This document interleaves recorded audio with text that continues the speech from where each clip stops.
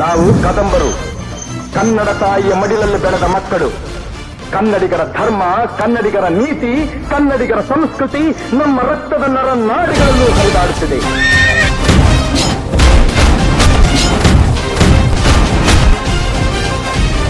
ಏನು ಪಾರ್ಥ,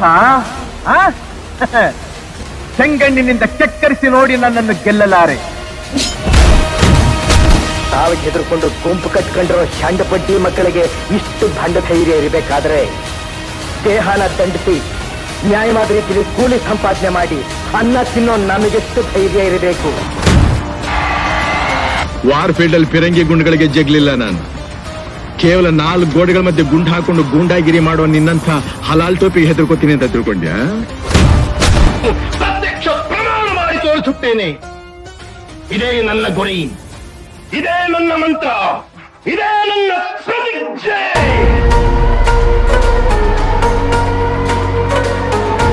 ಏನಾಗ್ತೈತೆ? ಕುರಿಗೆ ಕುರಿ ಬುದ್ಧಿ, ನರಿಗೆ ನರಿ ಬುದ್ಧಿ. ನಿಮ್ಮಪ್ಪ ಕೇಳ್ತಾ ಇದ್ದಾರೆ, ಯಾರು ಹಣ್ಣು ತಿನ್ನೋ ಕೇಳಿದವರು ಅಂತ ಸ್ವಲ್ಪ ಹೇಳು.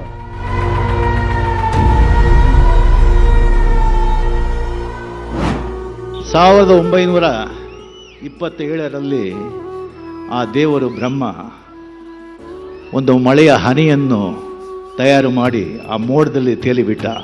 ಯಾವ ನಾಡು ಆ ಹನಿಗೆ ಬೀಳುತ್ತದೆ ಎಂದು ಕಾಯುತ್ತಿರಬೇಕಾದರೆ ಆ ಪುಣ್ಯ ಕನ್ನಡ ನಾಡು ಪಡೆಯಿತು. ಆ ಹನಿ ಕನ್ನಡ ಮಣ್ಣಿನಲ್ಲಿ ಬೆಳಬೇಕು ಎಂದು ನಿರ್ಧಾರ ಮಾಡಿ. He's a Bhakta. He often keeps talking about Bhakta Kannappa, where he played Bhakta Kannappa. And I think he's still that simple and very pious as far as work goes. I salute that simplicity. I salute this artist.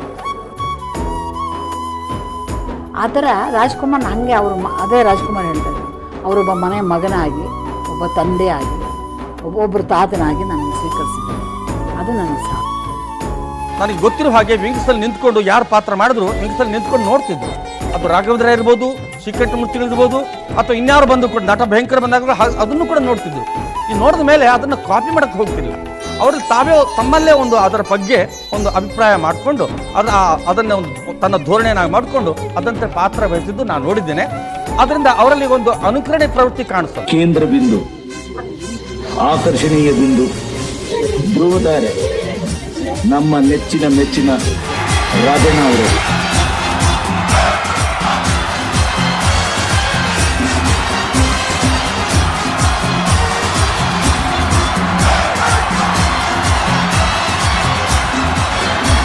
ಬಾಲ್ಯದಲ್ಲಿ ನಾನು ಚಿಕ್ಕವನಾಗಿದ್ದಾಗ ಹಳ್ಳಿಲಿದ್ದಂಥ ಕಾಲ ಎಮ್ಮೆ ಮೇಯಿಸ್ತಾ ಇದ್ದೆ ನಾನು ಅಂತ ಹೇಳಿದೆ ಅವರಿಗೆ.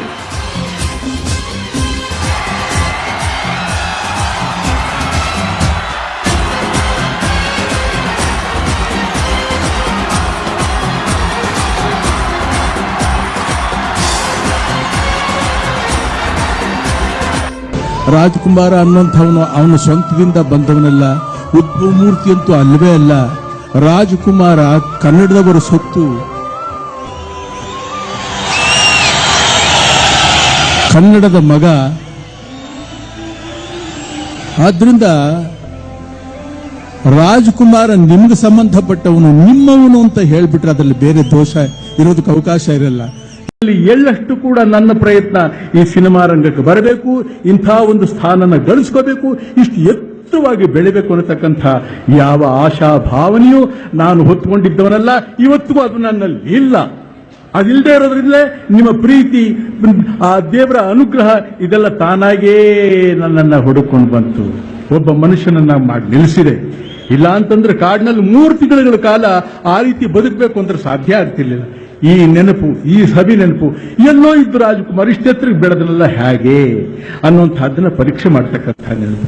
ನಿಮ್ಮೆಲ್ಲರ ಮಿಲನದಿಂದ ಈ ರಾಜ್ಕುಮಾರ್ನ ಜನ್ಮ ಧನ್ಯವಾಗಿ ಹೋಯ್ತು ಇವತ್ತು.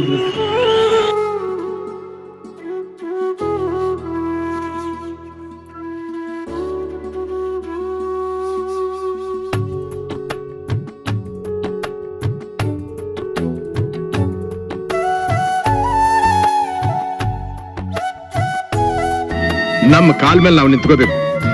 ನಮ್ಮ ಸ್ವಂತ ದುಡಿಮೆಯಿಂದ ನಾವು ಬದುಕಬೇಕು. ಕಂಡವ್ರ ಕಾಸಿಗೆ ಆಸೆ ಪಡಬಾರ್ದು. ಆ ಕಾಸನ್ನ ದುರ್ವಾಸನೆ ಅಂತ ತಿಳ್ಕೋಬೇಕು. ಹಣದಲ್ಲಿ ನಾವು ಶ್ರೀಮಂತಿಕೆನ ಕಾಣಕ್ ಆಗೋದಿಲ್ಲ, ಗುಣದಲ್ಲಿ ಕಾಣಬೇಕು. ಆ ಭಾವನೆ ಯಾವಾಗ ನಮ್ಮಲ್ಲಿ ಶಾಶ್ವತವಾಗಿರುತ್ತೋ ಆವಾಗ ನಮ್ಮಂತಹ ಶ್ರೀಮಂತರು ಈ ಪ್ರಪಂಚದಲ್ಲಿ ಯಾರೂ ಇರೋದಿಲ್ಲ. ಕನ್ನಡ ಕಂಠೀರವ, ನಟ ಸಾರ್ವಭೌಮ, ಕನ್ನಡಿಗರ ಕಣ್ಮಣಿ, ಕನ್ನಡದ ಬಂಧು, ಭಾಗ್ಯವಂತ, ಕನ್ನಡ ಕೇಸರಿ, ಧ್ರುವತಾರೆ, ದೇವತಾ ಮನುಷ್ಯ, ಗಾನಗಂಧರ್ವ, ಕರ್ನಾಟಕ ರತ್ನ, ಕನ್ನಡಿಗರ ಆರಾಧ್ಯ ದೈವ, ಕನ್ನಡ ಕಲಾಕುಸುಮ, ಕನ್ನಡ ತಾಯಿಯ ಹೆಮ್ಮೆ ಮಗ, ಜಗಮೆಚ್ಚಿದ ಮಗ, ಗಾಜನೂರು ಗಂಡು, ಪದ್ಮಭೂಷಣ ಡಾಕ್ಟರ್ ರಾಜ್ಕುಮಾರ್ ಗೆ